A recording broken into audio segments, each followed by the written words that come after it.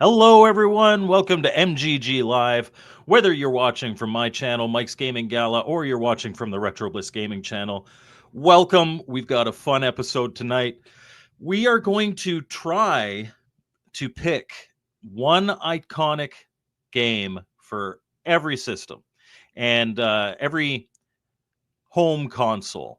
Now, I'm going to be using the same list that I used when I was tier ranking the consoles. So there are some exceptions. Um, there's going to be some consoles there that exist that aren't there, but certainly all the big ones and some of the little ones too. So this should be a really fun episode. But of course, if it was just me saying, "Oh, Nintendo is this game and Master System is this game," that might be a little boring. So we definitely want you guys in the chat to participate, and I have invited a friend who is no stranger to the channel to help me work through some of these, because some of these too. I mean, I may be familiar with all of these systems. I may have played all these systems. That doesn't make me an expert. So maybe between the two of us, we can kind of figure out some of the systems we're not entirely sure on. So please welcome Dr. Scott. Hi, good to be Hello. here. This is going to be great, I think. You're becoming a regular on the live. I like regularity. It's fun. I like it too, and especially like I'm kind of known on the Retro Bliss Rewind podcast as the talker. I'm the one that does a lot of the talking. And sometimes it's nice to sit and listen to someone else, and I know you're a talker too. Oh yeah. So Oh yeah. People have to shut me up a lot of the time. Will you just shut up? Gosh, it's 4 a.m. That's why on the Retro Bliss Rewind, there's always at least three of us. But here, I just need one other guy, and we can make the hour, no problem. Oh, absolutely. First, I'm going to say hello to a few people in the chat. Although he may not be here now, he made a point to be first. Mr. Postile. First. We've got Chris Walker. Oh, I wonder who that guy is. Hey. Torque. We've got the Intellivision Gamer. And yes, please hit that like button. We'd I appreciate wonder it if very much. Torque, if he has his name, because there used to be this show with was it Robert Conrad and his sidekick, his name was Torque, and he had this metal hand. It was like back in the late 70s, early 80s, something like that. It was really cool. I can't remember the name of the show. So let me know, Sure. Torque. Gyroid Galaxian. We got Code Masur, who is, of course, from Georgia, USA. And we have Nick Gamer. Nick Gamer. Gyroid's already chiming in on what he thinks is an iconic game for the Atari 2600, and he ain't wrong. He's not wrong. There are no wrong answers really here. There are. Now it's going to be a personal list too. I mean, I actually have a couple of ties. Yeah, so. I'm going to be, not in every case. Like, this isn't a list of what we think the best games are. We think it's a list of what's that iconic game. Mm-hmm. And so, for instance, Gyroid here says Combat. Combat is far from the best Atari 2600 game, but I would kind of agree with him that it is one of the most iconic. Absolutely. And some like E.T. is iconic for all the wrong reasons, but and also it's going to depend on people's perspectives too. So that's why having a second one here is good. Hello, Cyrus, Super Mega Graphics 64. We got Mr. Postile. Andy Author wishes he was more regular. Zen Bloke, no, we haven't been on long. We've just started.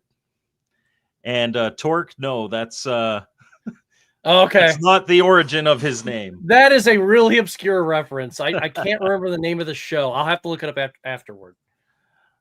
We're gonna get to the picks there. And Phil is in the chat. How are you?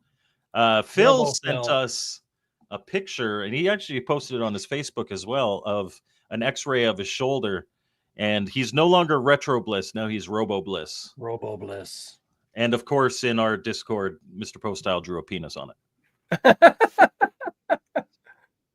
let us start with the topic of today. Hey, he gets his sling off in 2 weeks. That's a euphemism. Yes. Yes. I need a sling for mine as well, Phil. It's all right. Let's get started. Yes. I'm so excited. Yes. All right. So, all hail Robo Bliss. We are going to be starting with the Magnavox Odyssey. And again, we're trying to pick what we think is iconic for the system. And it may be different from yours. So don't yell at us too much from the chat, but certainly share what you think yours is. Do you have any thoughts, sir, on the Magnavox Odyssey? I know you're not a fan. No, I'm not a fan. I've actually had a few of the games in my hand before. I've played a couple of them when testing a couple of consoles, but the only one that comes to mind, just because of the controversy and the lawsuit, is Casey Munchkin. That is the one that comes to mind. That is So Casey Munchkin was not on the Magnavox Odyssey. It was on the Magnavox Odyssey 2. Oh, you're talking about the 2. Oh, We're okay. talking about the You're OG. talking about the 1.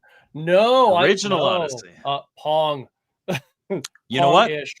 Yeah, I think so. The original Magnavox Odyssey had a variety of cards that basically, like, they didn't have games on them. They basically just switched which pins were connected to change the board to play the games that you want. And almost all of them involved a square that you could move on screen. And hockey.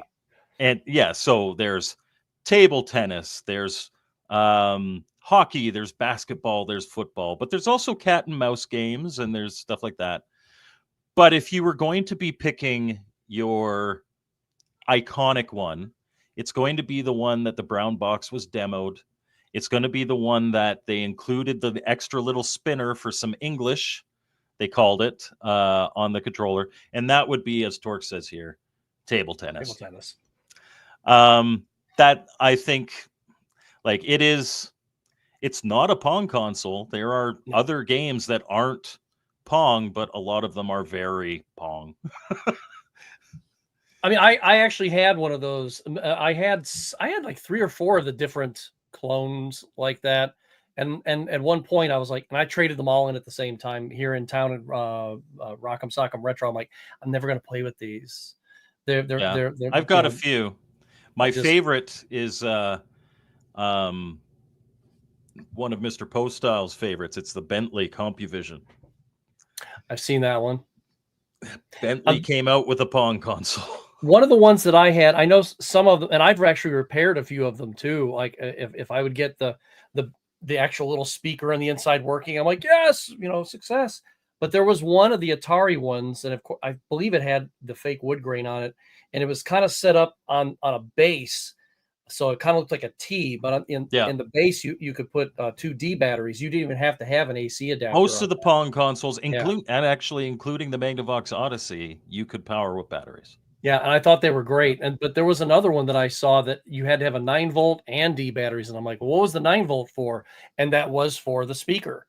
And and that's when I got it working. So, but yeah. So the Intellivision Gamer says he has a complete Odyssey with the gun in box also. Wow. So I have a complete Odyssey, complete in box. Well, actually, no, not complete. I'm missing like 2 of the overlays that stuck to the screen. But that gun is rare and valuable. If you've got a gun in the box, that is chef's kiss to you.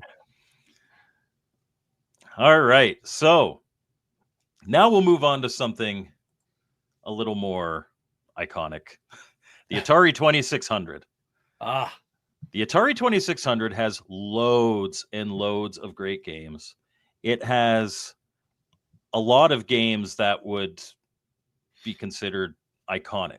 I could name like E.T., Pac-Man, iconic for the wrong reasons, but Space Invaders, Pitfall, Atlantis, Combat certainly is one of them. Mm-hmm. Loads of great games. That and here's the thing with, like, Demons to Diamonds is a great game. It is a great game. I wouldn't consider it necessarily one of the iconic ones. And so we're not picking best. Like, if we were picking best, my pick would be something completely different. I know a lot of people love Hero. Um, I'm not pulling up that comment, Poe, but thank you for posting it. Always makes me chuckle. Yeah, I see it there. I see genuine arguments for Space Invaders, for Pac-Man, for Combat, and for me, honestly, I thought about this one more probably than any of the other ones. I thought about it all day, and I do agree. I think it's Combat for me. Okay. I think that's like when you go to the general population and you say, when you think of Atari, what's the one game you think of? If they watch YouTube, it's probably ET or Pac-Man.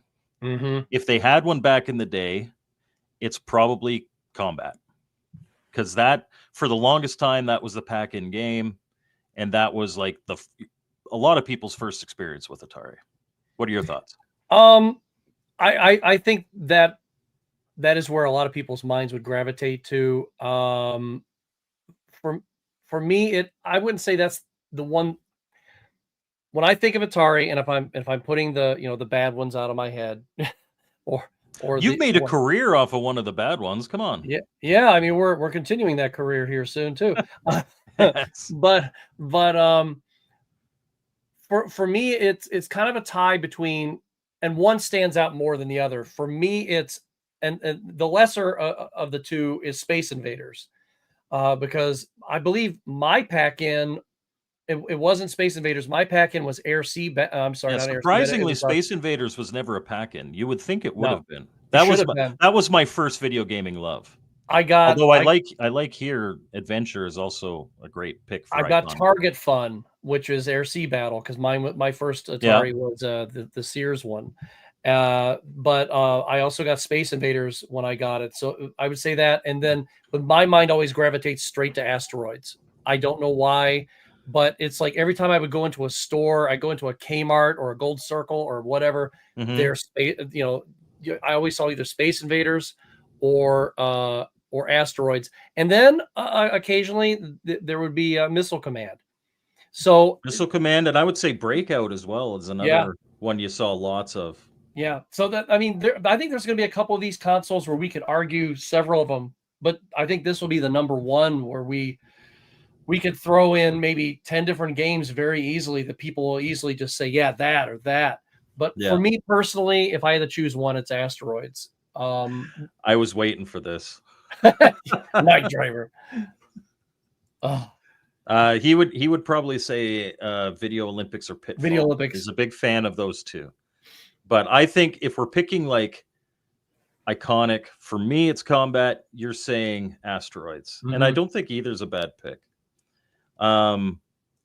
Yeah, Maze Craze. I was a huge fan of Maze Craze as a kid. My brothers and I played that all the time. I still like it, but you got to play like with the robbers, and it's funny because like you're the cops, but you're trying to avoid the robbers. Yeah. Yeah. Oh, and Jeremiah approves. All right. So next, Intellivision. Your thoughts? Now I'm not as well versed on the Intellivision as you are, of course, but there are a couple that come to mind. But for me, I think the one that is the iconic one is Astro Smash. That is the one that I think I've played the most and that I've seen the most. And then on the, I'm trying to remember what is it? Is it Night Stalker? Is that what it's called on the Night Stalker? Yep. Yeah, because on the Atari That's it's called Night. Oh, I forget what it's called now. Oh, it's called like Dark Cavern or something. Yeah, no, yes, it's Dark Cavern. Yeah, Dark Cavern. Yeah. So those are the two, but I think Astro Smash is the one, because there was even a show in Cleveland that they used to show, and they would have this lady doing like this. It was a cheesy local show, and they had people call in, and they had Astro Smash on the Intellivision. Oh, and they had to yell like fire. Yeah, they had to yell fire or pow or whatever. And it was, of course, delayed, so they never won anything. And here's your rice-a-roni. So, but it was always Astro Smash. So. Scott, we've got to get Mysticles an Intellivision here, or at least set him up with emulation. Wow, never play. You see, I don't even own one anymore. I wish I had one. I really do. I wish I had one. So for me, for Intellivision, it's funny because I agree. I think the iconic game for Intellivision of the OG library, when you think of it, is Astro Smash. I'm an Intellivision fan. I really like the Intellivision. I don't like Astro Smash. It's a boring game to me. You hit the auto fire and you move left and right, and that's Yeah. it. It's I'm not a fan. It has a unique scoring, a way of scoring, and that's great. And I don't begrudge people who love it, but it's certainly iconic. Now, if you want to play really good Intellivision, you're playing Tron Deadly Disc, you're playing Night Stalker, you're playing um, Burger Time. There's a lot of great stuff on the Intellivision, but Astro Smash is certainly iconic. And Burger And I Time on the think, Intellivision's 10 times better than the Atari M Network version. So, oh, it's Burger Time. It's one of the best console ports of that generation. yeah. Period. It's fantastic. B-17 bomber. I think that was made iconic by the Angry Video Game Nerd. Cloudy Mountain is another. And if he's watching right now, he may call in and curse us out. There's no chance that the Angry Video Game Nerd is watching right now. Torque says that Deadly Disc is his favorite Intellivision game. It's one of mine as well. I love it on the Atari. Even I've never played it on the Intellivision, but the Atari version is fantastic. And the great thing about the Intellivision version, and I'll use this controller as an example, but you use the number pad to throw the disc. Oh, so you can cool. you can be running this way and shoot the disc that way. That's really cool. Yeah. Oh, lucky. And yes, I skipped the Ballyastro K. You can cry on Discord. And the Fairchild and the Fairchild.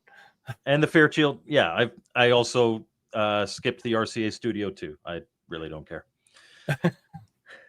Next, okay. The Odyssey 2. This is the one where you can say Casey Munchkin. Casey Munchkin. Because I think that it's a no-brainer. Yeah. Although I would argue that Casey's Crazy Chase is the better game. I never played that one. Casey Munchkin is the iconic Odyssey 2 game. Yeah, Casey's Crazy Chase. Basically, there's like this centipede going around, and you have to like eat him from the back. Oh, okay. But in a pack, because it was after the lawsuit, so they were kind of taking a jab at Atari by including a centipede in there. Interesting.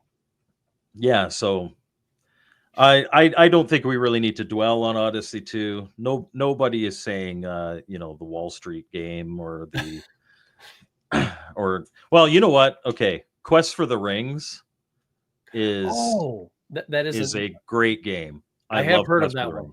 I have heard of that one. I never played it, but I have heard of that. But in terms of icons, I think you have to say Casey Munchkin. And you've never seen an Odyssey 2. I've got like 5 of them. They're cheap to get still. You can still get them pretty cheap. They are. You got to be really into retro old experiences. It is underpowered compared to a 2600. That's very very accurate. And as I mentioned to Mike before, it's just one of those games.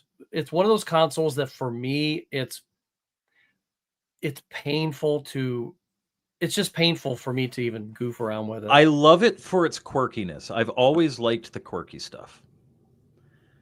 And it is certain, especially when you get like Quest for the Rings, where you have the overlay that goes over the keyboard and you have pieces that you move, and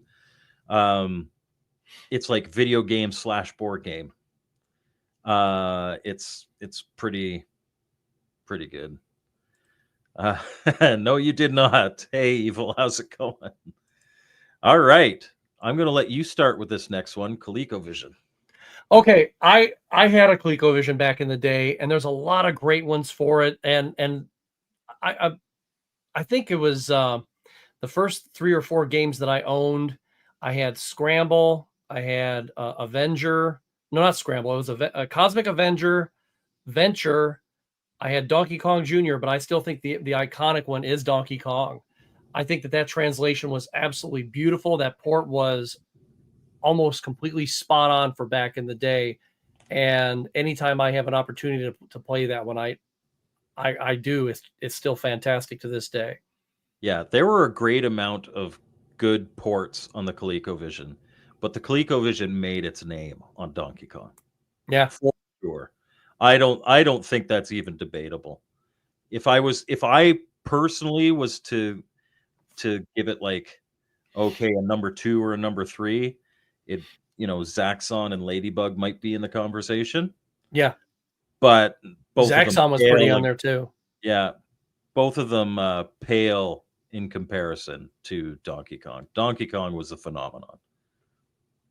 I think I played the heck out of that game on Christmas morning. Hey, Future is Overrated has a good point. The Smurf games, especially if you were a kid.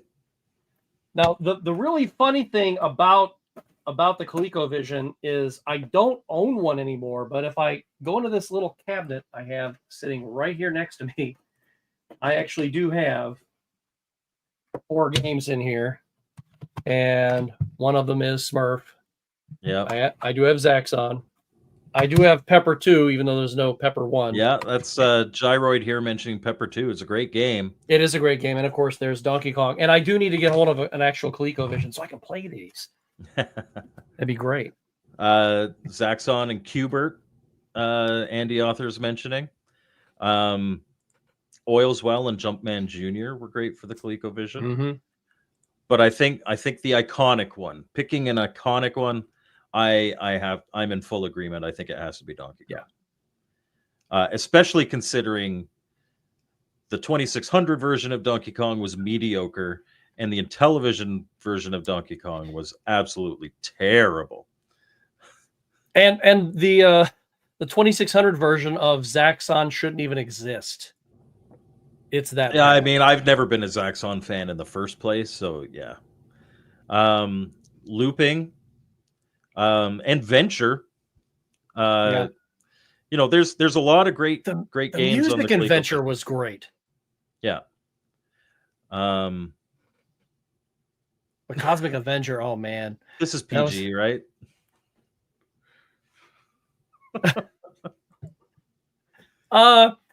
Technically, yes.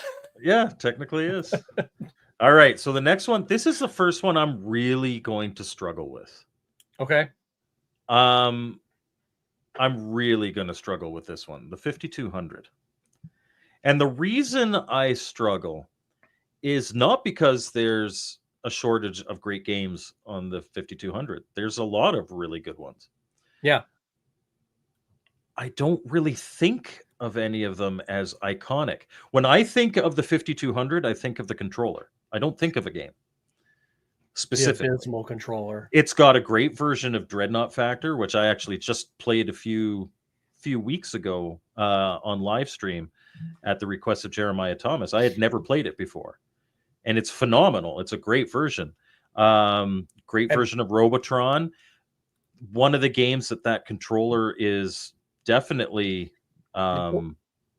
made for. Yeah. Yeah, right. It is like a great version of Missile Command. But and so now I did have this on my mind, is that it was a good version of Pac-Man after a not good version of Pac-Man. We can argue till the cows come home. I still maintain that 2600 Pac-Man is a fine game. It's just a bad port. But on the 5200, but was it iconic for the system? I don't know. What are your thoughts? I don't think it was iconic for the system. It was a very good port. And I believe you're right. There's no one game that you can just go, yeah, that's the one. But for me, the one that kind of stuck out just a little bit was Robotron. But was it iconic? Maybe not. the port of Pac-Man is fantastic. It's what Pac-Man should have been. So, you know, maybe it might be between those if we were going to argue that. I mean, even even Dig Dug was really good on that. I know they had this. Yeah, Yes, Big Doug yeah, was on. yeah. Yeah, I remember that one now. Yeah. I'm trying to, and then they had. I know they had. Was it Pitfall 2 was on that one too, wasn't it? Was Pitfall Or was, 2 on there? Yes, or I was it the believe so. first one? Yes. Yes, Uh, yes, yes, yes. there were so. I only owned one for a very short time, and a friend of mine had one. I mean, the one that I owned maybe within the last 10 years, and I said, "Oh, this isn't for me," and I just got rid of it. And I was lucky Mm, I got one that I could actually worked because of how the power cable hooks into the AV unit into and the all. RF thing, yeah.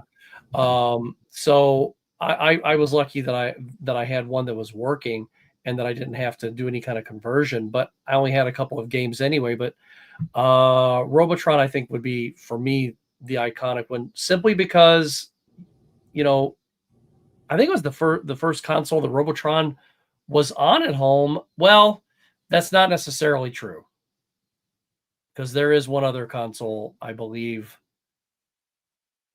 back then before we went to another I know, like, it generation. was on 8-bit computers. Yeah. Yeah. So, but for just a home console, that's for my money. It's going to be Robotron and tied with Pac-Man. Yeah, I tried to be like this is another one I was thinking of today, and I tried to be fancy. I thought, how about Rescue on Fractalus? Everybody remembers that, but everybody who is a dedicated retro gaming content monster knows Rescue on Fractalus. Guarantee you nobody else in my family does. And Hero was So, on everything too. So, yep, yep. and but no, it just didn't stick out. I did end up going with Pac-Man because they were the first Atari system anyway to really do it right. Yeah. And so that I kind of went for that one. I would just go with, I would actually, instead of a game, I think I would just go with the great big cavity they had there to hold the controllers. That was remarkable in itself. Because you could put other consoles in there. That was the iconic thing on. Mr. Postal says, well, the correct answer for all of these consoles so far, except for the Odyssey, is Popeye, but we're doing okay. Yeah, didn't they? Was that James Bond game on the 5200? I can't remember. That's yes, a it was. terrible game. It is a terrible game. There, yeah. And as a massive James Bond fan, that hurts me. Yeah. But it is what it is. Next, I don't know how much experience you have with this, but the Vectrex. I have very little. And the only two games that really come to mind are, what is it called? Minesweeper? Mindstorm. Mindstorm. Yeah, Mindstorm. And then, of course, I think the one, because I've seen a couple of other games, but I don't know their names. But the other one is Berserk. It's Atari's port of Berserk. Yeah, Atari's Berserk is actually pretty darn good, but there's just something to see it in the actual vector format, like you had in the arcade. I think it really kind of stuck out. And then also how the screen would actually, it would go up or down or side to side, whichever way you went out. So for me, I think it's got to be Berserk. There aren't any other games that come to mind right offhand. When I think of Vectrex, I think of two games. I have a Vectrex. I have most of the original library. I don't have the 3D games, and I don't have the 3D imager. I always think of Armor Attack. It is a great version of Armor Attack. But I think the most iconic is that built-in Mindstorm. I think it's really hard to argue that. Even with the sound, with a do do do do do do do do do. And Jeremiah Thomas, remember, On Her Majesty's Secret Service is the third best Bond movie, and Sean Connery is the best Bond. Always Sean Connery is the best Bond. But yeah, Vectrex Popeye. Of course. You know what? They're off the top of my head, I can't think of any of the original library of Vectrex games that is just outright bad. It was a very small, it's like 32 games or something like that, but a solid library. I forget the name of the gentleman right now, but he was at the Pittsburgh Gaming Expo last year, and I'm sure he's been to other expos, but he had this cabinet that he had a Vectrex wired into this thing, and then all you had to do was, push whatever game. All the games were there, and he showed me everything in the back, and you would push whatever button you wanted to, put that game on, and it would actually roll through all of the overlays. And he showed me just this massive undertaking that in order for him to put this thing together, it was so cool. And you could actually play it in this arcade cabinet. So any game you wanted to play. And then he actually had another one set up off to the side. And he had this great, big, beautiful controller, this third-party controller. It was, if you ever get the opportunity to go to PGX, I have one of those arcade controllers. Yeah, beautiful. But the best Jaws was Richard Keel. I have a pair of metal teeth signed by him.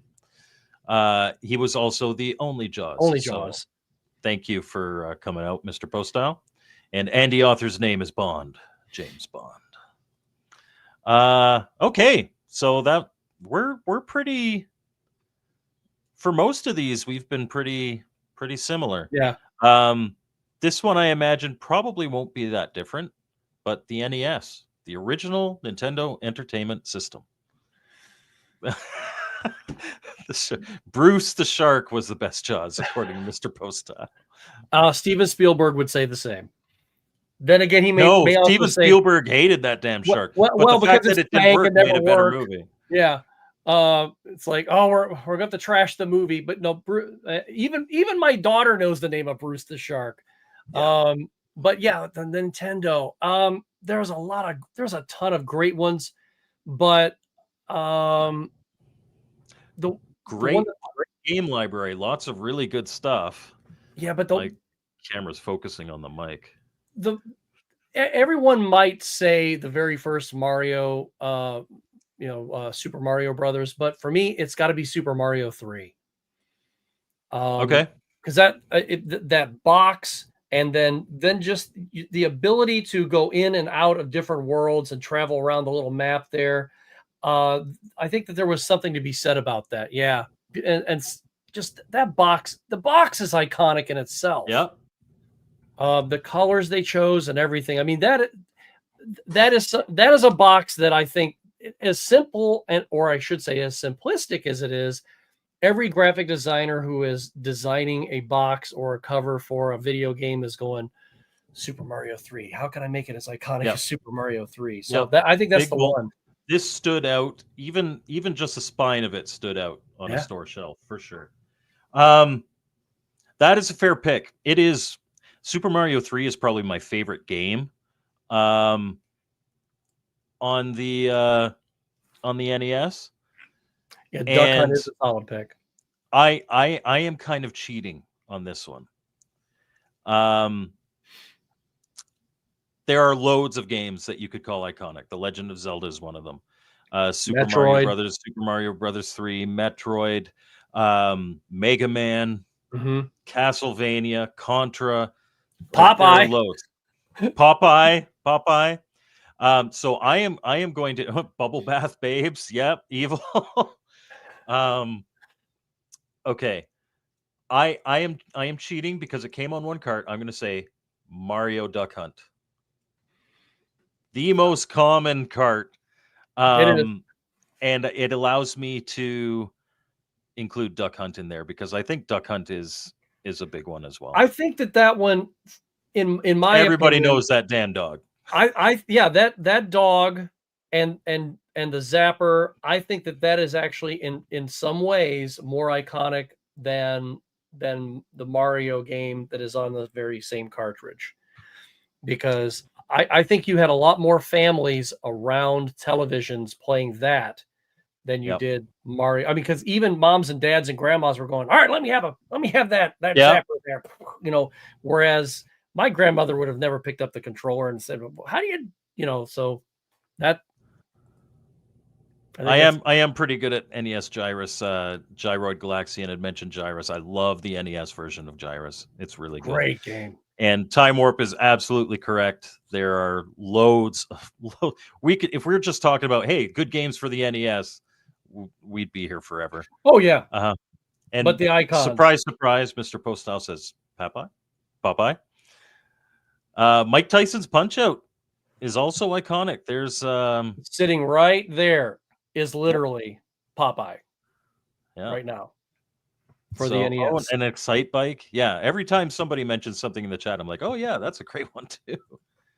But we're gonna move now on to one that has it has a good library, but just by virtue of the fact that it wasn't as big, maybe not as iconic a library, although there is a few. The Master System. I think Alex Kidd in Miracle World. That's the one that pops out to me because he was kind of their mascot. There are no others that I can really think of. I mean, of course, Sonic was there, but Sonic wasn't. It was long after the fact. Yep. Yeah, Sonic really wasn't, a big thing at that time yet. So for me, it's Alex Kidd, that first one. I had a few. I was thinking Alex Kidd. And I was thinking Hang On, which is a great motorcycle game. And then I was thinking, Outrun. Yeah. But then the one that popped to me that I think Outrun was really good on there too. It was the one that pops out to me, and the one that I remember seeing at a friend's house and being like, oh, I want to play that, was Space Harrier. Yeah. Oh wow! Oh, now you might make me rethink my choice because I forgot about. There's also Wonder Boy. I know Alex Kidd was trying to be their mascot. But Wonder Boy was big on there as well. Phantasy Star. But you see, as much as I love Space Harrier 2 is where I always gravitate when it comes to those two games. So, but still, both very. Very iconic, both of them. Even Outrun, like you said, Outrun's a fantastic choice. Alex Kidd and Miracle World. I think it's a good pick. That's what they tried to like. They wanted to put that up against Mario. That was their kind of equivalent. Yeah. Before Sonic, their mascot was kind of Alex Kidd. It wasn't officially, but yeah. Rambo was a good one. Rambo was a great game. The Atari 7800. This one's a little difficult for me as well. A little difficult. I will share this real quick. This was one of the fake games that I made for my Knight Rider video last year, and it was the only one that I made for the Atari 8700. It is Mothra Stewart's laundry folding. So it would have been so much funnier if you actually put a picture of Mothra there. I was gonna make her head look like Mothra, but I was like, nah, But no, I thought about this one long and hard because there are a lot of really good games on there, but the one that sticks out to me is not one of my favorites. Okay. It's a silly game. It's a really goofy game. I don't even know if it's that fun, but it just kind of sticks out, and it's Ninja Golf. Ninja Golf is just a stupid game. It's kind of pointless. I think recently that's probably gotten more hype because Atari re-released it. Yeah. And when they said they're going to re-release Ninja Golf, I was like, of all the titles to re-release, you're re-releasing that one? Yeah. Okay. I can understand it because it's an expensive one. I really like the fact that they're re-releasing games that normally would cost people a lot of money. Right, and it's not like they could re-release Xenophobe because isn't there licensing involved, or was that an Atari property? I think that was an Atari property, wasn't it? Or was that Williams? I don't even remember. Blue Sky. I've got the list here. Blue Sky Software, but it was an Atari release. Okay, And that version is really good. And I think the Lynx version is really, really good too. But that's a different episode. But I mean, I love Dig Dug on that console. Ms. Pac-Man's fantastic. The only other one that I can think of that I go, yeah, that's the one that I bought the console for was Galaga. That's why I bought a 7800. Yeah. But and the Donkey Kong on there is pretty good too. I don't think it's as good. I personally don't think it's as good as the one on ColecoVision though. But Ninja Golf for me it's just I don't know how many people go Ninja Golf, woo! It's like you're at a frat party. Everybody's getting drunk playing Ninja Golf. I've literally never heard that. No, I've never walked in. I've never walked into a nerd's house and heard Ninja Golf. Yeah, they have to be drunk frat boys though. But even Mark from Classic Game Room's all about Ninja Golf, and I'm just like, it's not that great a game. But I don't know. That's just the one that sticks out. You know what? It is one of those games that like the concept is pretty awesome. Yeah. Who cares about the execution? It's like, okay, if we're talking James Bond, it's like You Only Live Twice. It's not a good movie, but Ninja Army in a volcano base, hell yeah. Hell yeah. For me, yeah, for you. It's not one of my favorite 7800 games, but it's a game that I kind of think of. Like I was thinking, okay, like Xevious to me is pretty iconic on the 7800. Mm-hmm. Xenophobe is. There are a lot of great, like again, there's a good Robotron version on there. There is. Miss Pac-Man is great. Pole Position 2 certainly should be considered highly up there. And that was the pack-in. Yeah, that was a pack-in, I think, for the entire time. Actually, yeah, Jeremiah Thomas said it was a pack-in for the entire run. But for me, when I think of the 7800, I go right to Food Fight. A beautiful, beautiful, fun game. It's and like it wasn't on the 2600, it wasn't on the ColecoVision, it wasn't on the Intellivision, it wasn't on the 5200. It's a 7800 game, and you could play Food Fight. So that's The only thing that even comes close on the 2600, and it's simply because it has to do with food, is fast food. Even though the concepts are completely different, I always put those two together. I don't know why. That's fair. That happens. Okay. Among the hardest that we're going to talk about, and I'm starting to think, because we're at 42 minutes, we might have to split this into a two-parter. I have no problem with that. But we'll see how far we get. The Atari XEGS. Oh boy. No comment here because I don't know enough about it. The only thing I think that there was, I want to say that there was a pole position on that, but I don't recall. But so it depends on what you consider an XEGS game.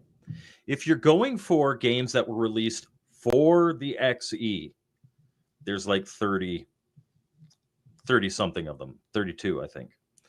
But the XEGS plays Atari 8-bit computer games. Yeah, the 8-bit ones, right? So you've got a massive library that you could potentially pick from, including a great version of Donkey Kong, including good versions of Pac-Man, Robotron, like a lot of really great games.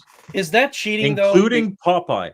Now, for this, I wouldn't consider it cheating. If you came to me and said, the game that I think of is somebody Popeye for the XEGS, I'd be like, that's fine. I'm fine with if you wanted to use any Atari 8-bit game. I made it extra hard on myself, and I picked a game that got released as an XE game. Okay. You want to hear mine? Oh, absolutely. Okay, so if you're if you're talking iconic, I think like my favorite game, believe it or not, that was released for the XE is called Eastern Front 1941. It is not the type of game that a lot of people watching would care at all for. It is a complete strategic military World War II game. Then there's, Bug Hunt is certainly among the iconic XE games. Okay. Certainly not a good one. It's a light gun game, and the light gun that came with the Atari XE was not great. Mine's pretty good, but I know people that have to aim like 5 feet to the left to hit anything. That's kind of difficult to find too, isn't it? The light gun for that? No, I don't know. I've had mine for a long time. It Okay. might be now. But the game that I'm going to pick, and again, like it's not iconic, but I think if you're, because again, I could pick like uh like Star Raiders 2, I think was an XE game. Somebody mentioned Donkey Kong. Um I would say for me, I'm picking Blue Max. Blue Max is a World War One scrolling shooter game. Kind of, sort of. I mean, you could kind of almost call it Zaxxon-esque. Okay. It's, I would not call it iconic, but for me, when I think of the XE, I think Blue Max is more iconic than Eastern Front 1941. And I really am not a fan of Bug Hunt. So I'm looking at images of them both right now. Flight Simulator 2 was also a common one.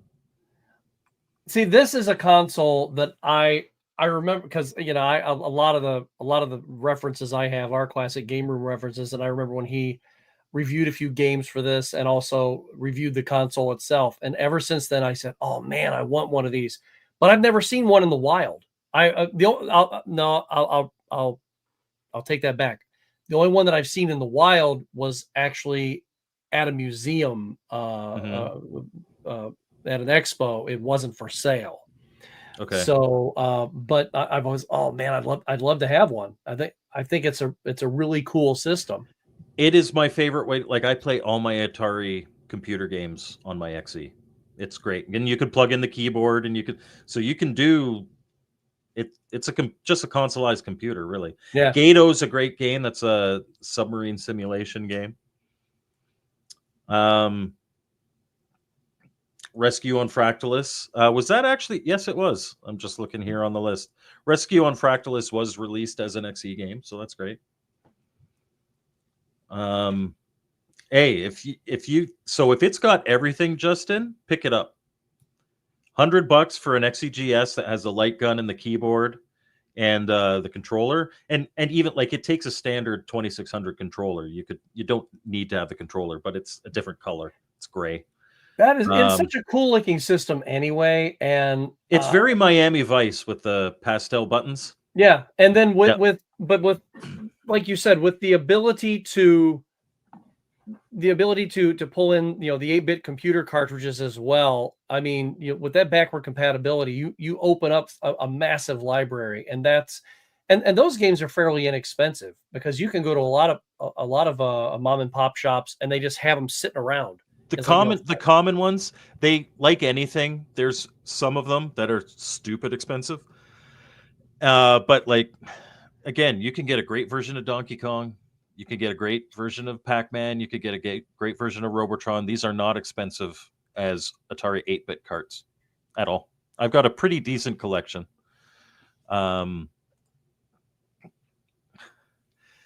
Had the XEGS cassette recorder. I don't even have that, man. I saw a picture of it. That's cool looking. All right. Next. TurboGrafx 16. Ah, that one's easy. I think that one's easy for me. There's a lot of Why great. Don't you lead on this one? There's a ton of great games, but the first one that pops in my mind is Bonk's Adventure. So, I like. You could talk Keith Courage and Alpha Zones. You could talk. Big one for me is Blazing Lasers. I love the shooters on the TurboGrafx 16. Yeah, a lot of great shmups on there. Devil's Crush.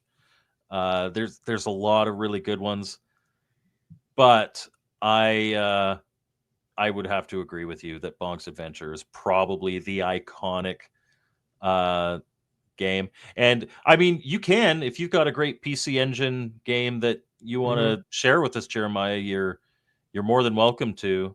Air Zonk, there you go. See, I love Legendary Axe and especially Legendary Axe 2. Someone turned me onto that, and I was like, wow. The second game especially is fat. I love it. There's a lot of games that I have not played yet. I'm just scratching the surface. Yep, and Splatterhouse is one of them.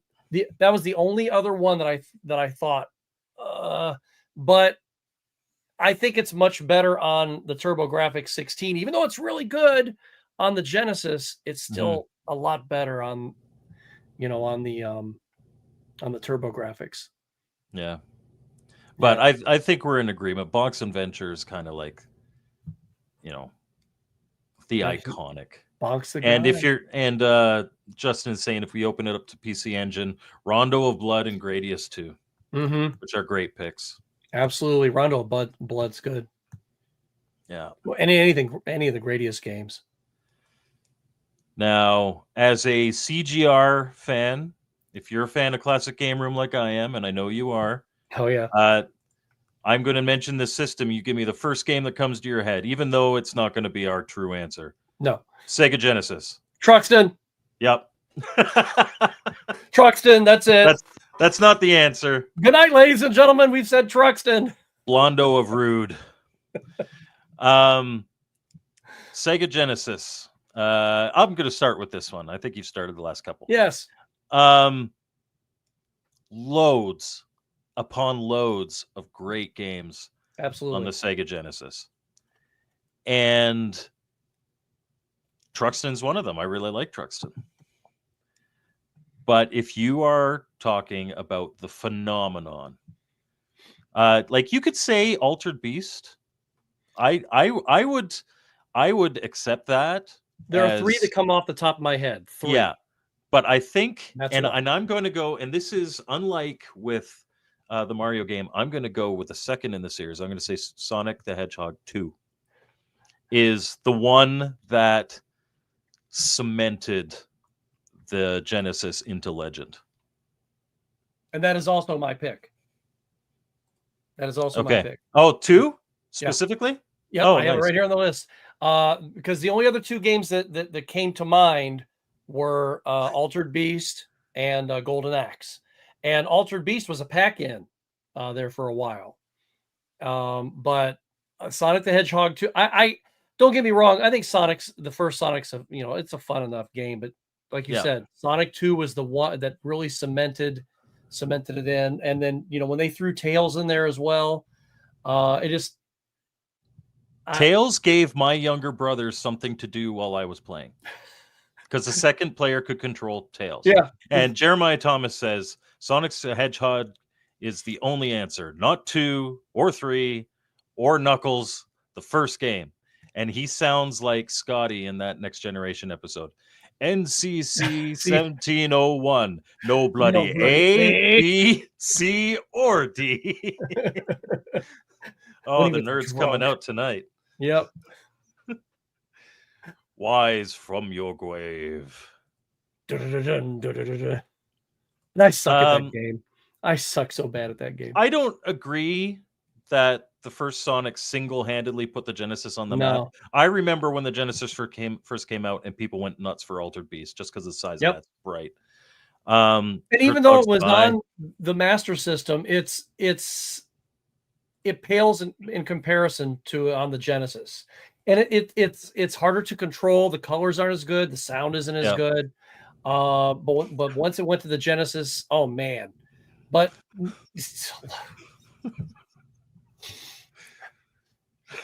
yeah, Mr. Postal. Okay. Oh, for the win. And let's do its big competition, the Super Nintendo Entertainment System. I'll let you start with this one. There's a lot you could choose from here too. There's a ton you could choose from. But the main game that made me buy the console, which I still never completed, and I love going back and playing it and starting it over no matter what. And I have it on the Virtual Console on the Wii as well. and that's Super Metroid. I think that's, for some reason, that is the one that just stuck out for me. You know, I I I I have a lot of Super Nintendo games, but that, to me, that's just the one. Hmm. Um, Certainly iconic. I'm just going to answer Gyroid Galaxian here. What homebrews are the best in your opinions? Haven't heard much of homebrews. My channel is entirely dedicated. mhm. I don't know which channel you're on, but my channel, Mike's Gaming Gala, we're simulcasting on the Retro Bliss gaming channel, is all about homebrews, and I do homebrew reviews. But what we're doing tonight on this podcast is we're talking about original libraries only, and we're picking like an iconic game for every system. Um, and that's fair, Jeremiah. Sorry, Super Metroid. Go ahead. And yes, the Time Warp said Donkey Kong Country. I could agree with that as well, because that was a leap in gaming technology right there, with the wireframing and everything they were doing in that game. They were doing stuff that they really couldn't do very well some developers until the next generation. But somehow they were able to jam that onto a Super Nintendo cartridge. So I could easily accept that very, very easily as well. Drunky Um, Cheese is drunk. Home Improvement is not the best Super Nintendo no, game it ever. is not. The Super Nintendo has a lot of legendary games on it. Hmm. Link to the Past. It's my favorite Zelda game, probably to this day. Super Mario World is my second favorite Mario game after Mario 3, and that is probably because of my age. It is a damn near perfect game. Super Metroid is iconic. Super Mario Kart is iconic. Uh, Final Fantasy 6 is iconic. Um, Hell, I even would have even F-Zero X. Oh no, F F F-Zero. F Zero is iconic. Absolutely. Street Fighter 2. Yeah. It was better on the Super Nintendo, in my opinion, compared to the Genesis version. And it's funny you I bring that wouldn't be up. upset with either, That but game is iconic on there, but it's Donkey- funny that none of the Mortal Kombats are. Even though no, Mortal Kombat you wanted to play on the Mm, Genesis yeah, because it had blood that wasn't great. blood. Donkey Kong Country, fantastic pick. So many different ones, but I would have to say, I know it's kind of like this word is PG. Well, PG-13. It's a basic bitch answer, but I would have to say Super Mario World. I agree with Poe here. Um, it's man, they came out swinging with a damn near perfect Mario game. They really did. Um, yeah. So that's my thought. I Oh, would Star even Fox too. I didn't even say Star Fox. I would even go far if someone were to say Super Mario All Stars, even though those are all, with the exception of the lost That'd be levels. cheating, like my Duck Hunt one. It would be cheating, but since they cleaned them up and they made this really great collection strictly for the Super Nintendo, it would be cheating though, very much so. But No, it was released. If you wanted yeah, to call Super Mario All Stars your but Star iconic, you Fox, could. oh heck yeah! I wish they would. I mean, I know you can still buy I think it's a homebrew or what have you, and I know they have it on the Super Nintendo Classic, the Star Fox 2. Yeah. But yeah, Star Fox, what another great one. I would say, Torque, that the new Super Mario Brothers games, they're actually called New Super Mario Brothers, on the Wii, on the Wii U, Yeah. on the DS, they're all absolutely phenomenal. I don't know if they're Mario World good. Mario World it's a pretty it's pretty pinnacle. Yeah. But even some like Super Mario 3D Land on the 3DS, I loved it so much. I played it to 100% completion, and I like never do that. My wife did So, too. Mega Man X, I've never been. As soon as they started adding the X, like those ones, I love the original Mega Mans. I'm not a big fan of the Mega Man X games. Earthbound with Mr. Postyle's dog. Oh yes, yeah, he's got Nacho in his thing. The Atari Jaguar. Or Oh, as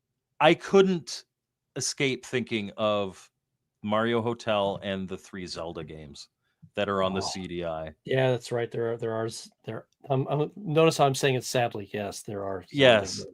Um, I only know about them because of the Angry Video Game Nerd. and it is just, yes, the unholy Triforce. If I was more like, I do not personally own a CDI. I've played one a few times. I'm sure it probably had Dragon's Lair. But if I am talking about the game that I most identify with the CDI, it it would have to be those Zelda games. Just, and for all the wrong reasons. Which is unfortunate, because I have zero doubt that there is some great stuff on there. But it's going to be the Zelda games for me. And Jeremiah Timus says, back in the day, Burn Cycle was the only CDI game that got mass media coverage. Yeah, I guess I'm not a big enough CDI game to really. But I'll But tell you what, though. I was playing. I'm going to name drop real quick. It's not a name drop. John Riggs he's a great guy. He's fun. He's just fun to hang out with, and I consider John a friend. But he and I went back over to the Pittsburgh Gaming Expo last year. Poe was at that one. Oh my gosh, it's so awesome! It is so fun. Brian and Colt really do it up. Their team is, I think, second to nobody. And I'm not trying to downplay anybody else who puts a lot of hard work into their expos, but wow, their arcade was just mind blowing, and all the consoles they had set up, the way things were set up. But anyway, we went over there. It was the first night, and we went over there, and I was like, "Is that what I think it is?" And he goes, "Yep, that's a CDI with Mario Hotel." We sat down and played it for a few minutes, and Mario Hotel's pretty good. I enjoyed it. It's not this nightmare unholy game that people have made it out to be. Is it a little on the slow side when loading and stuff? Sure. But I think it's actually a fun game. Is it a Mario game by any means? No, not really. But the game itself is fun. Nintendo has done weirder things with Mario. Yeah, they have. Drunky Cheese, that is Binding. You send me the $1 million, I'll play the Zelda Top Down CDI game on stream. I'll do it for $10. So just and thank you very much, Casey. I appreciate that. And thank you very much, Oscar. I have fun with my intros. Although this week's intro, I'm doing the DK arcade games, so it's more of a eulogy, unfortunately. No, it's the programmer of them, a big pioneer of the intellivision emulation and homebrew community, passed away in July. Oh, that's right. So I'm reviewing his three most iconic games. Taking off the hat to him. Neo Geo. So this is CD and MVS. There are, I'm not extremely familiar with the Neo Geo. I mean, there's a few that I think they're pretty good, like Samurai Showdown and oh gosh, I can't remember the name of the other one, but the one that I always liked playing, even on collections and things like that, I always liked the Metal Slug series. So I'm just going with Metal Slug. Yeah. So Metal Slug is hands down, no question, my favorite SNK series. I love the Metal Slug games. 1 through 500. At SN, I don't think there's 500 of them. There's like 448. No, I think there's like 15 or something like that. I don't like fighting games, but SNK is probably most famous for its fighting games. And King of Fighters is a great series. King of Fighters series is, and the Samurai Showdown series are iconic on the system. People who like SNK, they play, like, if you get I have like it's like 181 in one cart for my consoleized sorry, my consoleized MVS. I said MVS earlier, I meant AES. Um of those 181 games, 160 of them are King of Fighters and Samurai Showdown games. 97, 98, Yeah. 99. So I am going to say, in terms of iconic, although Metal Slug is far and above my favorite, I think I have to say King of King of Fighters. Fighters. And so that King of Fighters 94, I think, was the first one. So I'm going to say King of Fighters 94. I am so bad at those kind of games. I've never been a fan. I think most people Um, would gravitate to King of Fighters too, or as well, I should say. Yeah. I think that since that's what SNK is known for, uh, I think I kind of have to go that. Puzzle Bobble is also a good pick. Puzzle Bobble, pretty iconic in the arcades, at least. I wish I still had my handheld. I sold it one time and I was like, oh man, like just a couple months later, and maybe one of these Yeah. days I'll grab another one because all the games are insanely expensive now. Yeah. 3DO. Ah, well, I had a 3DO and I had quite a few games for it.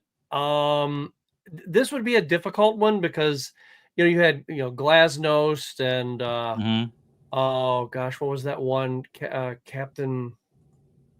Oh, I can't really recall the name of it right offhand, but there are some games that, of course, made their way onto other consoles. There were different ports and such.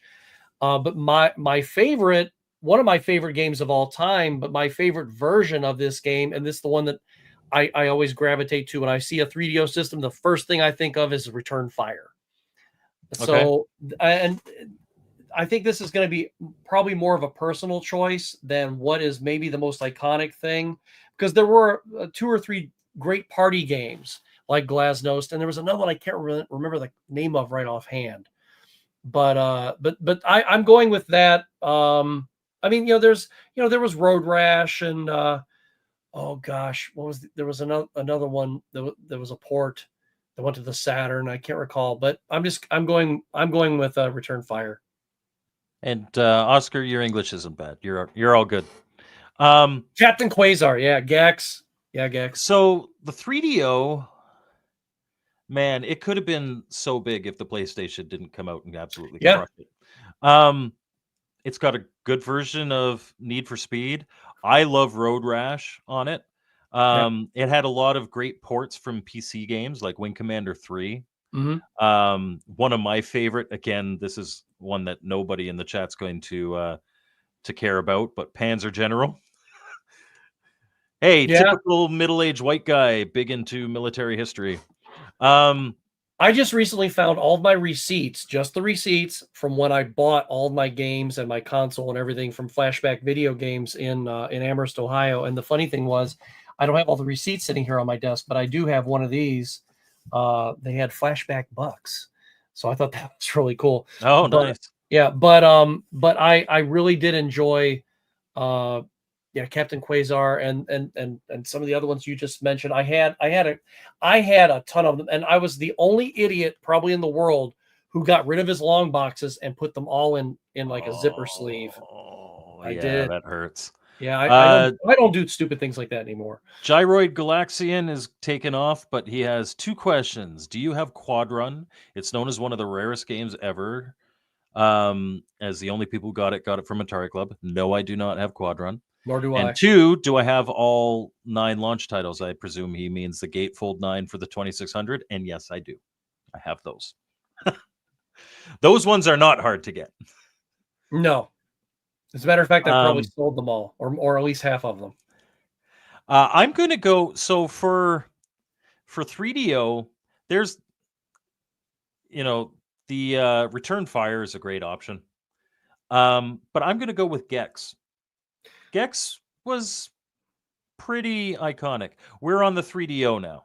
That would probably be my second or third choice because that was one of the other ones that I had. I had it for the Saturn and I also had it for the PlayStation. I still have it for the PlayStation.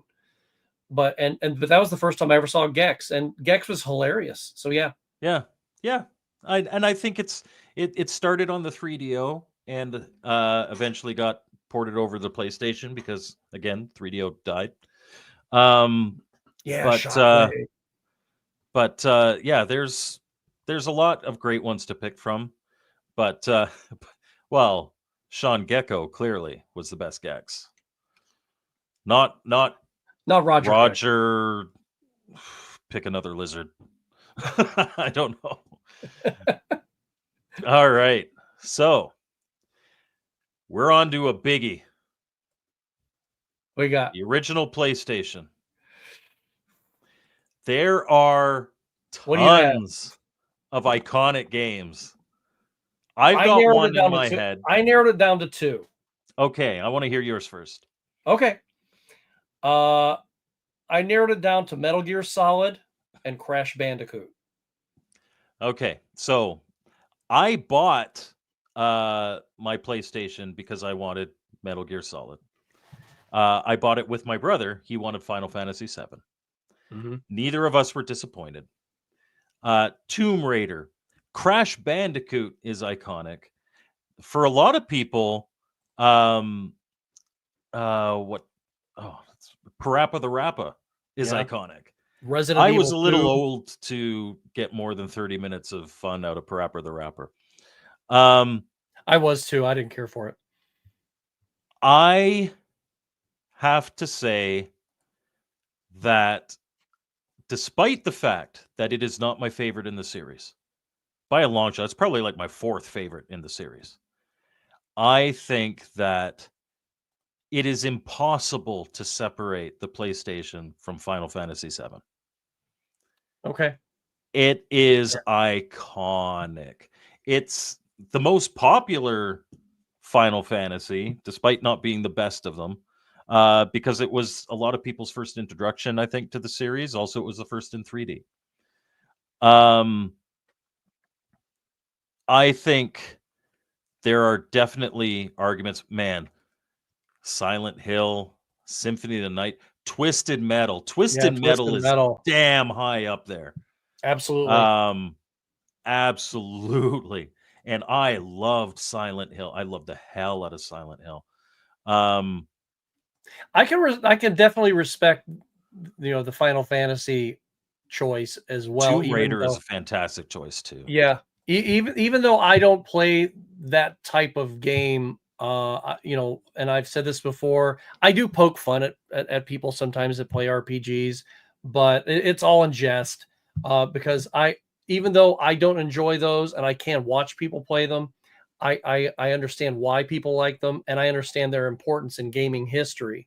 But definitely a good choice. I mean, I can see why a great deal of people, not me, would gravitate and go, yes, Final Fantasy VII.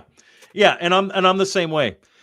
If I went back, Final Fantasy would not be on my first 50 games to play again on the PlayStation. But I think it's among the most iconic. Gran Turismo is a damn good choice too. I think Resident Evil. I think I played Resident Evil on the Saturn first, though, not on there. But so it could be an either or thing. That's fair. Yeah. Speaking of which, the next system is the Sega Saturn. Sega Saturn, like this whole era, it's not the best era of gaming, in my opinion. There's a lot of great games, don't get me wrong, but it doesn't age well. It's the early 3D, right? I think the Sega Saturn was also really well known for like the Virtua Fighter games and that type of stuff. But to me, when I think Sega Saturn, I think Panzer Dragoon. Me too. Yeah.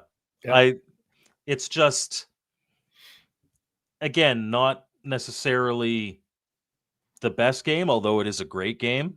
There we go. At least one guy agrees with us. It's certainly, in terms of legacy, it's one that a lot of people look back and be like, oh yeah, that was such a great game on the Saturn. The remake is really good on the Switch. I think they made it for the PlayStation 4 as well. But if you get I haven't played the remake. Oh yeah, the remake is really good. It's very, very well done. Yeah. Hey, Game Freak, Resident Evil changed gaming for him. I Yeah, could see. I think like that era, despite the fact that it tends not to age well, there was like it was a whole different mindset. Like the industry really changed. There's a couple times that the industry's really changed.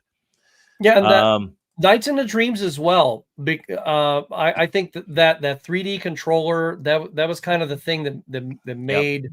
made that stick start to kind of be iconic, and like, well, what can we do with this? And then everybody else started kind of grabbing onto that and running with it. Yeah, Daytona USA, definitely another I icon. love Daytona in the arcades, man. That was a That's pack in so for fun. mine, and I just remember that Rolling Star. Yeah. You know? So yeah, all very good picks there. So next is a system that gets a lot of crap, not completely undeserved. And you a couple weeks ago you did a Yeah. video on this about beautiful games for the system. There are definitely iconic games on it though. The Nintendo 64. I'll let you start on this one. Yeah, a lot of iconic games for it. It's kind of hard to it is really kind of hard to narrow it down to just one or two. And it's funny with that you just mentioned that video, and I couldn't make a video. Well, I could make a video that had a list of 30 or 40 games that were beautiful. And I think that there were some people who were actually a little offended that I didn't pick their favorite. Oh, you didn't say this Yeah. one, or you didn't say this one. But when they go, hey, what about this? Hey, what about this? Oh, yeah, I can agree with that. But I'm that's what a gonna part two or a part three or four. yeah, I'm gonna click the Sega CD is not a standalone system. You need to No. plug it into something else, so it's not on this list. Yeah, same thing with the 32X. Yeah. Uh, but I think for me, the one that really stands out, I mean, the icon for the Nintendo 64 is Super Mario 64. I mean, That is not a bad choice. Others might say Ocarina of Time, or even Super Smash Brothers, because that was the first entry. Well, But you think of all like there's a number of iconic games, uh, continuations of series, beginning mhm, of series. So you got Mario 64, you got Ocarina of Time, you've got GoldenEye, you've yeah, got which is iconic in its own right. that was You've one where dorm rooms had yeah, 4 to 8 people in it nightly. Just well, let me have the controller. So absolutely an Mario icon Kart there. 64, Yeah, Rogue Squadron, Episode 1 Racer, which was a fantastic racing game. I'm not a fan of the prequels, but it's fantastic. yeah. F Zero Shadows X. Shadows of the Empire. Yeah, Um Super Smash Brothers, the start of the Mario Party games. These are all pretty damn iconic. Um, and so you say Mario 64, and I almost went Mario 64, but I think Ocarina of Time is probably the one I'd pick. Again, it's not my favorite Zelda game. A I lot of almost people consider it to be the best. I almost went GoldenEye simply because of that 4 player. It was the first time you had that well, Turok. I played the hell out of Turok. it wasn't the first time you had 4 controller ports on a console. That was the 5200 that I can recall, but it was the first time where the 4 controller ports made people get together in the same room and Yeah, really play. I like Multiplayer. I like Torque's list of Nintendo 64 games he enjoyed. Very good There talk. there are a lot. You know what? Okay, so I have 5 younger brothers. We played more Nintendo 64 than we played PlayStation because we 4 of us could play at once. Yeah. And we played a hell of a lot of GoldenEye. We played a lot of Star Fox 64 because it had that multiplayer mode. Mario Kart. We played a whole bunch of 4-player games.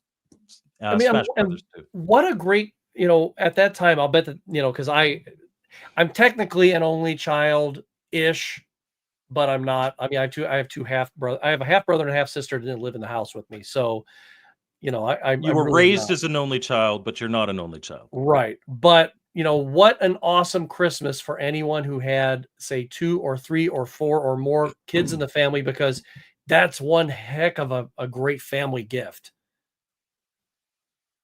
Torque is really not into 3D Mario games. I appreciate his commitment to that.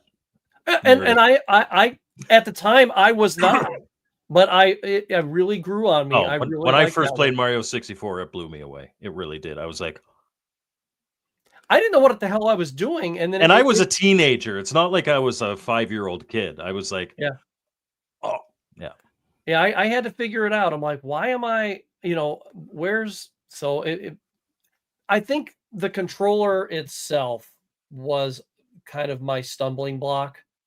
So I had That's to kind fair. of get used to that in conjunction with because I'm not platforming up against a wall, and I mean I can fall off of things in any direction. Yeah. So That joystick on the Nintendo 64 controller, although not durable, like you get most controllers now and you just shake them and you watch yeah, they get floppy as they get old. Can I say that in PG? Um, yes, but if you've got like it's one of the most precise analog sticks ever made. It was designed specifically for Mario 64. So that's a good pick. I think there are several that you could pick, and I would be like if you said GoldenEye, I'd be like, yeah, I can see yeah. that. And if you wanted to replace that stick easily with because they make aftermarket ones, but they also make aftermarket ones that are like the GameCube style. You can buy those as well. They cost about $10, but 8-bit do. If you go to their website, they Yeah, have a the really brawler. great. No, not if Oh, the actual. yeah. If you now, I have 2 brawlers sitting over here on the shelf, but if I you wanted almost to get showed. just Oh, the stick itself, oh yeah, I almost yeah. showed that comment from Poe. I'm not doing that because we're simulcasting on Phil's channel. That's why I'm not showing the cartridge that I made for the Knight Rider video. That's good. Yeah. Sega Dreamcast. We're on the home stretch. What do you have? I have 2 for mine. Okay. Like when I think of the Dreamcast, I think of like damn near perfect arcade ports, like Crazy Taxi, like Hydro Thunder. Yep. These are some of my favorite games for the Dreamcast. But I think the most iconic would have to be Soul Calibur. Okay. That would be my pick for most iconic. And there is zero love for Superman 64. No. I actually had 2, and it was Crazy Taxi and Soul Calibur. Yeah. Soul Calibur was those 3 games, or those 2 games, and a third game was the reason why I bought it. Although not an iconic game, Toy Commander, that was the one that sold me. But I think I bought 3 or 4 games within that first week or 2 that I owned it. And Crazy Taxi was one, Soul Calibur was the other, and then Toy Commander. And I think the other one was it wasn't Sonic Adventure. I can't remember what it was right offhand. I But do yeah, think Sonic Adventure was the best-selling game, but I think in hindsight, it's not the most iconic. But yeah, Crazy Taxi and Soul Calibur. And as much as I like the other Soul Calibur games that came afterward, I still like the first one the best. Yeah. It's so gorgeous, and they did such a great job porting that from the arcade. What about that? What about I forget which Soul Calibur it was. I had to get it for PlayStation and Xbox so that I could play as both Darth Vader and Yoda. Vader and Yoda. Yeah, that was 3, I believe. There you go. Yeah. Now, Sega Bass Fishing is really good, but I also really. What about Seaman? Yeah, I actually was going to put that, but I really enjoyed marine fishing. If you'll excuse me for just a second, I have to. Oh, the fishing controller. Yeah, I have to say goodnight to someone who's going to bed. She has her first day of school tomorrow. So give me 1 second. Do that. All right, give me just a sec. So he's got to say goodnight to his daughter. But when we come back, we're going to be talking about the PlayStation 2. We are on the home stretch. You know what? Phantasy Star Online is a really good pick. That is a really good pick, Evil. I didn't think of that one. That's a really good pick. That's not as good a pick. There we go. Yeah, her first day of 2nd grade tomorrow. Oh my goodness. Yeah, it makes me feel old. Well, yeah. But yeah, I love my Dreamcast, and when the pickup lens died, I went, oh. So sad. So Andy tried semen once. Um, next is going to be PlayStation 2. That was kind of hard. That's really hard because it's a massive library, and we're starting to get into like I've got for the next two systems on this list, I've got icons. Yeah, Um, icons. But this one but was but as we progress and as we get more to kind of the multiplats, I find they become less iconic. I think there's a couple that are icons, but there's a couple that are not so much. And well, we'll see. For the PlayStation 2, ultimately the ones that I picked, I picked two. I picked Grand Theft Auto Vice City and God of War. I think that those two are the ones that people think of immediately. Now, of course, I'm not in the RPG crowd, so I know there's going to be a Final There's lots Fantasy of at some great time, RPGs on there. that people This are going to. was Was it kind of 11? after I had like I think Final Fantasy VII was the last RPG that I really got into. Yeah, Gran Turismo. I was big into them prior to that. Sorry, I'm going to cough here. There we go. Nicely done. I think the one that I think of the first is probably GTA San Andreas. Although I preferred Vice City for whatever reason. Like for me, Vice City is a PC game. I played it on the PC, but San Andreas was a PlayStation game. I'm the only person in the world that doesn't like San Andreas. I don't like San Andreas. Mm-mm. I really like Vice City. I didn't like the fact that you couldn't eat too much or you'd get fat. You get fat, you had to go exercise. It's like, this is boring. And if you worked out too much, you got too bulky. You had to remember to eat. I mean, it was great that you could swim. You couldn't drown there, but I'm not that much into the whole hip hop thing and that whole scene. So I and also the subculture that was there. I don't know. See, I could watch mafia movies all day, but when you start seeing, gangsters killing each other and stuff like that, I can't. It turns me off. My only thing with it was the fact that I'm fat in real life. I don't need to get fat in my video game too. The other thing about the game that turned me off was it was the first time I ever had a game that made me feel like I had a job. Okay. It's like I had a job. I didn't want to come home and play a job at work. And yes, I have the hot coffee version. Fair enough. Yeah. But so my best friend, I could watch him play it all day long. I could not, I never finished it.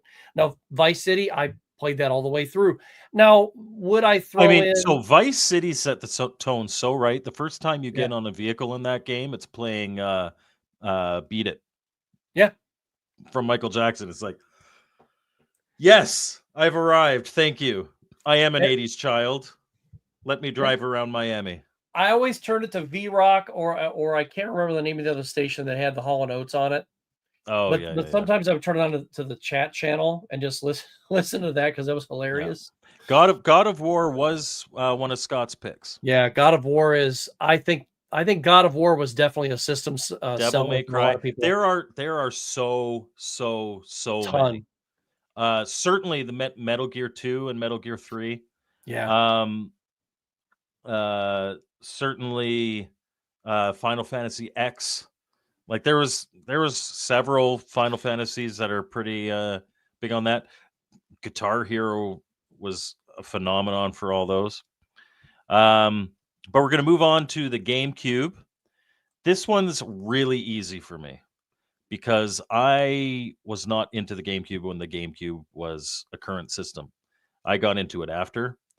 But there is one community that's still, and it's the only community, because I'm not a fan of the GameCube controllers. They feel kind of I'm not either. Toy-ish to me. But there's one community that still insists on them to this day because Smash Brothers Melee, I think it was for the GameCube, is still considered to be the best Smash Brothers game by that community, and they use it for tournaments. And that controller is the way to play. I think it is the iconic one for the GameCube. I can agree with that. I absolutely the Not to game. say that there aren't other iconic games on there. Wind Waker No, is an awesome Zelda game, for absolutely. instance. Yeah, The, and the Resident Evil 4 on the GameCube. I think it was on the GameCube and the Wii. It was on the GameCube and then the PS2 and then the Wii, but the GameCube was the way to play it until the Wii one came along. The PS2 version, that port's not that great, by comparison, in my opinion. But the one that really sold the system for me and was the one that stuck out was the game that didn't have Mario in it, and that was Luigi's Mansion. Yeah, As much as that's certainly not a bad pick for iconic. as much as I really, really did like Sunshine, Luigi's Mansion was it was Oh, it the was Rogue Leader games were so good. it was the antithesis of what most of the Mario games were. It was dark, it was spooky, it was still fun and funny, but it was also a game without Mario that was a Mario game. Yeah. So yeah. Fair enough. This is easy. Really easy. The original Xbox. Halo. 3, 3, 2, 1, Halo. Halo. Now don't get me wrong. Racing games, and I love particularly Halo 2 for me was my favorite, but if we're going iconic, we just go for the original. But for me, I loved my Xbox for racing games because it had analog triggers, and it just Burnout, the flat out games, man, those were a blast. Yeah, a lot of I loved my Xbox for Halo and Halo 2, and that's why I bought it. But there were so many other really fun ones, like Grabbed by the Ghoulies, and then when another launch title, of course, Panzer Dragon Orta. Yeah. Wow, that one's so gorgeous even to this day. But yeah, with the racing games on there. Wreckfest I thought was a really great title. Not Wreckfest. What is the name of that one? Is it? It's not Wreckfest. I have to go over on the shelf and pick it up now. That's okay. We're on the home side. Yeah. Jeremiah Thomas says, "Do we even have to talk about the Xbox? Easily, it's Oddworld, Munch's Odyssey." Master Chief, or no. So next is going to be the Xbox 360, and this is where I'm going to. I mean, you could say another Halo game. I debated maybe Skyrim. I always consider Skyrim, but when it first came out, Gears of War was the game. Yep. And yes, Gears of War is a 360. It was, I don't know if it was a launch title, but it was very shortly after launch. Yeah, and it just completely is like, oh yes, Gears of War. This is what we need. That was the reason why I bought the console. Yeah, yeah, and that's the one. That's the one. I mean, don't get me wrong. Halo 3 is a great entry, and that came out later on. But Gears of War, that's the one you think of when you think of the 360. No, you can think of like your Forzas and your Forza Horizons, and absolutely. There's tons of other ones. There are tons and tons. Okay, and now Gaming Road Warrior can say Halo Reach. And Reach is my favorite of all the Halo games. And to me that's sacrilegious because the Chief's not even in it. But it's such a great game. Yeah, I think again we're going iconic. We're not going best. Halo 3 is a fantastic game. There's so many great games on the 360. The 360, one of the best game libraries of all time. Absolutely, it really is. Red Dead Redemption, Fallout 3, but Gears of War, I think is a fair pick for that one. Yep. I'll let you start with this one, the Nintendo Wii. Wii Sports. When it comes to iconic, like it's a That's no-brainer it. that it's Wii Sports. That was Unfortunately, which not to say that Wii Sports isn't fun, but there are so many better games on that system. yeah.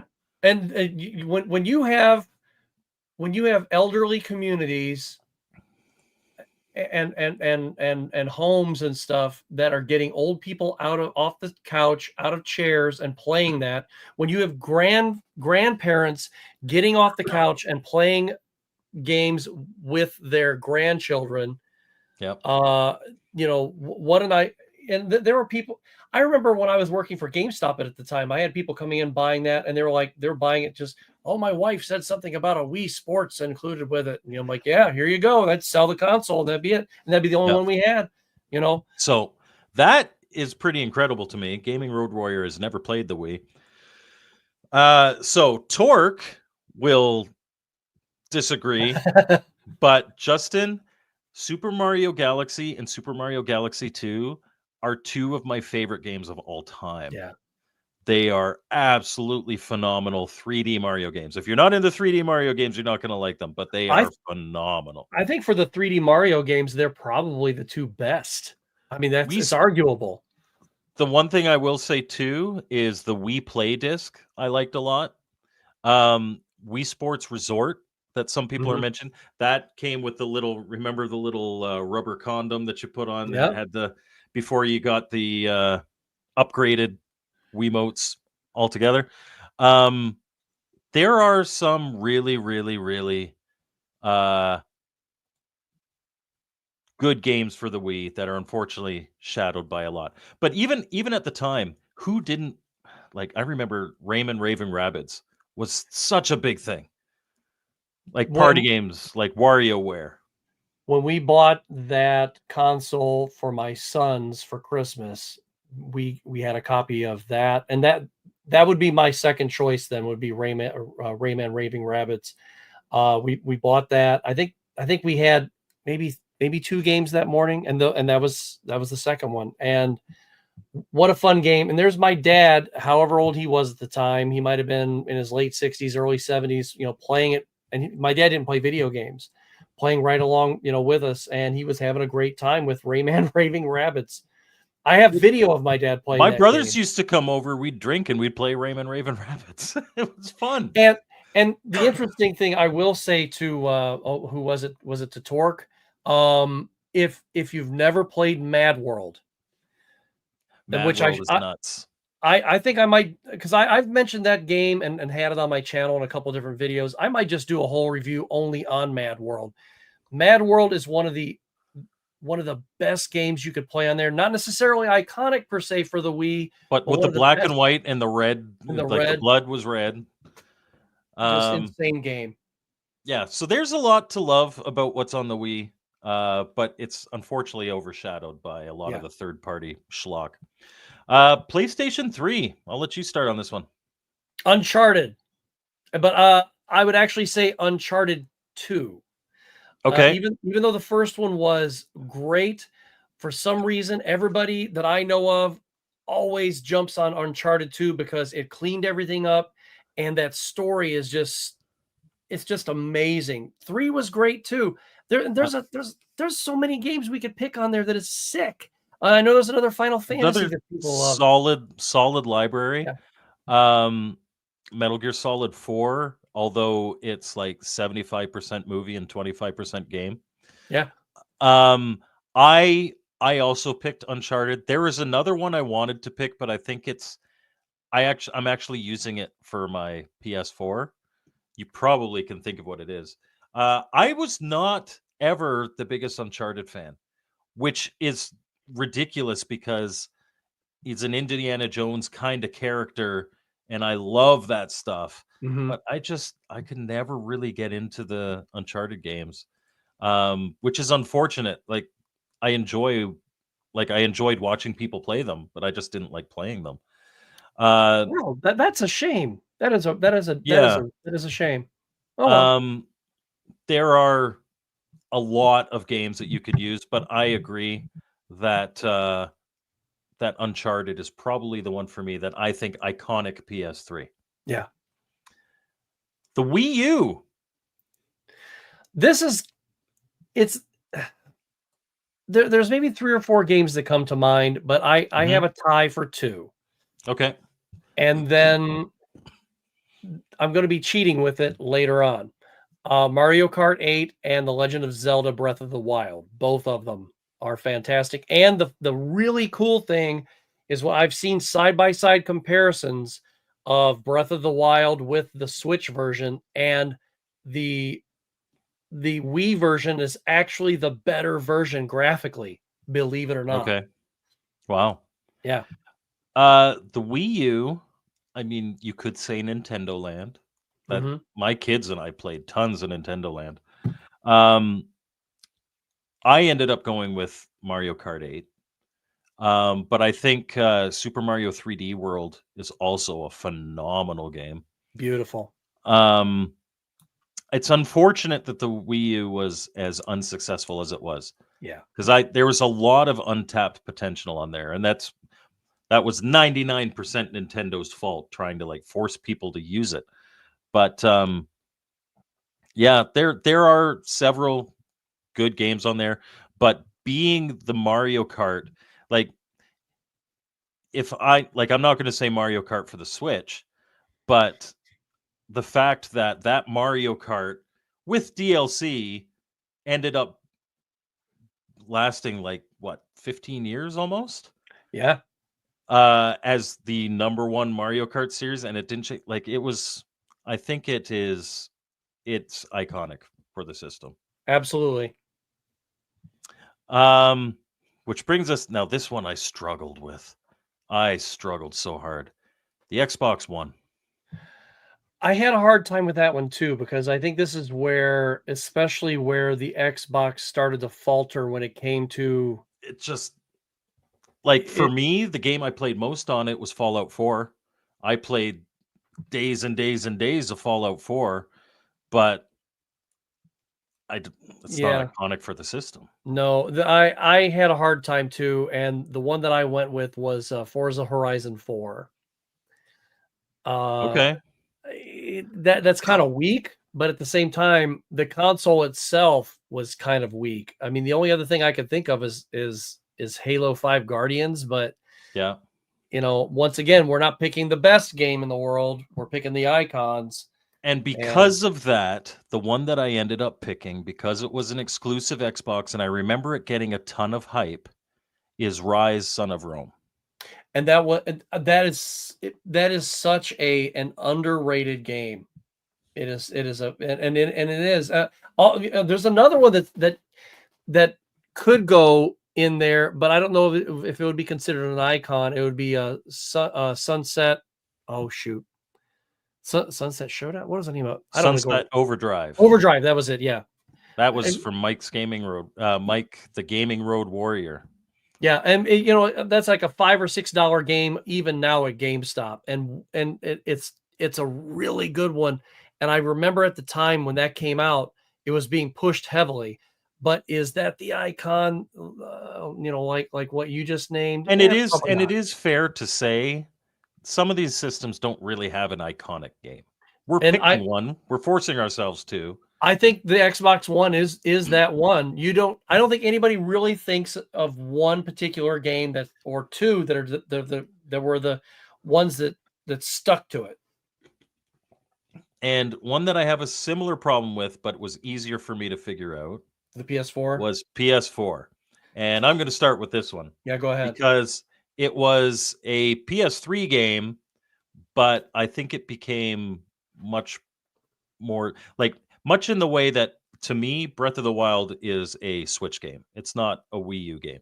It came out on the Wii U at the same time that it came out on the Switch, and that's um and yes, Salvatore. In fact, we're late. We should have split this into 2 episodes because we're approaching 2 hours. Yeah, but what the heck? We're near the end. Well, yeah, we got one more after this. Um, for me, I think The Last of Us. Okay, I can see that. Yeah, It is a PS3 game, but I remember the bundle with the PS4. I remember the hype being for the PS4. And now, I mean, if we were going as far as PS5, you could say The Last of Us again because they just Yeah. keep remastering that. But it was a phenomenon at the time. I thought you were going to choose GTA 5. I really did. No, so GTA 5 again, I'm But thinking it's iconic. everywhere. It's everywhere. So I was thinking like iconic for a system. Yeah. For me, it would be Marvel's Spider-Man. I think a lot of people were buying the console because of that, and even that particular special edition console is very pretty, all in itself. So that's the one for me. I think Marvel Spider-Man. Yeah. Okay. I never would have thought of that. My PS, in all honesty, my PS4 is a VR box more than anything else. And and I I bought. prefer the Xbox controllers. So Oh yeah. I played the multiplats on Xbox. Even though I bought Marvel Spider-Man, I've put it in, I've checked it out, and I'm like, okay, I'll get to this, and still haven't gone back to it. And so The Last of Us, it may not have been for you, Andy Author, but it was a phenomenon, and that's very hard to deny. I heard the second one was that way, not the first one. But I don't know. I heard the second one, it focuses on like a Yeah. same-sex relationship with a kid, and okay. Whatever. I don't care. I didn't play it. If it works for the story, it works for the story. I really don't care about any of that. Last but not least on this list, because we're not going completely current, the Nintendo Switch. And I think the iconic game for that is Breath of the Wild. Breath of the Wild. I literally have the exact same choices in reverse order. I have Breath of the Wild and Mario Kart 8. Because even though I have Mario Kart 8 for the Wii U, my wife and my daughter especially, they play the heck out of it on the Switch, and it's even better on the Switch. And I think that's a game that a lot of people just went, yeah, There you go. That's an answer right there. And yes, SNES Online. Yeah. Drunky Cheese. So I was using my tier ranking list of home consoles. Yeah. I do have another one with handheld consoles. We could do one of those, but that would be a lot harder for me to do. I think that would be a lot more difficult. What's the iconic Microvision game? What's the iconic? Yeah, there's a lot that it's. What's the iconic R-Zone game? Yeah. Yeah. So you've got the same two for the Switch as you do for the Wii U. Odyssey would be also a good choice, I think. Odyssey's a pretty good choice. Yep. Yeah.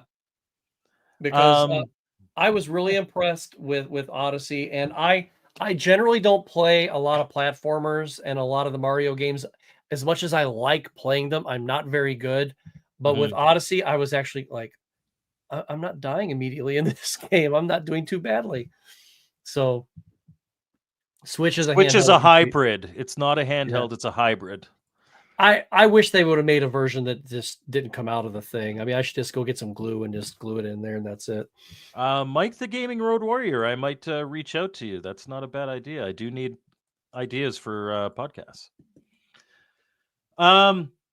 Thank you, Scott. This was fun. Some of these were a lot easier than others. I think we agreed on a lot of them. Yeah. And we got some great stuff from the chat too. So I appreciate everybody watching. I know we're like almost 2 hours. I've got a jet. I got to get to Tim Hortons before they close so that I can get a coffee and stay up all night working on YouTube. But thank you everybody for watching. Whether you're watching from my channel, Mike's Gaming Gala, or from the Retro Bliss Gaming channel, this is a lot of fun to do. And we will see you next week on MGG Live. Thank Bye, you all. guys.